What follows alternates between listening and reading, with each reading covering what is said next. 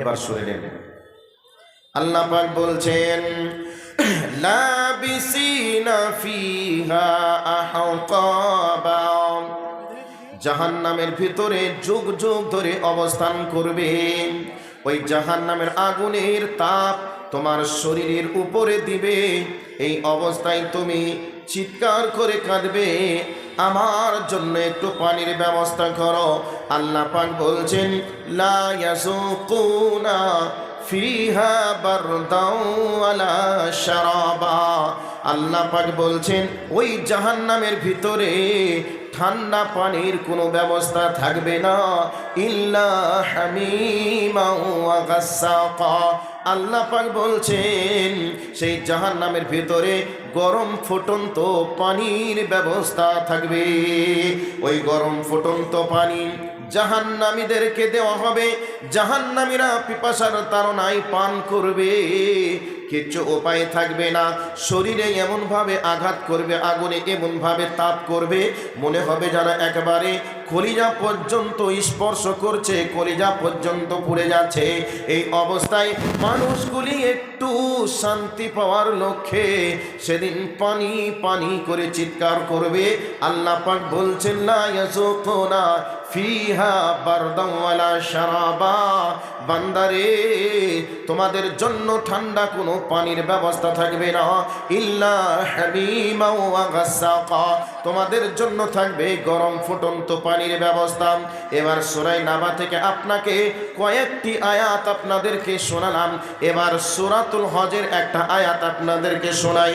আল্লাহ পাক বলছেন فالذين كفروا قطعت لهم ثياب من نار يصب من فوق رؤوسهم الحميم يصهر به ما في بطونهم والجلود ولهم من مقامع من حديد।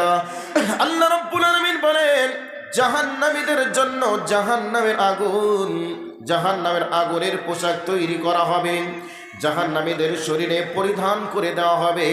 যেমনি তাদের শরীরে পরিধান করে দেওয়া হবে, তাদের শরীরের মাংস চামড়াগুলি খসে খসে ঝলসে ঝলসে জমিনের উপরে পড়তে শুরু করবে।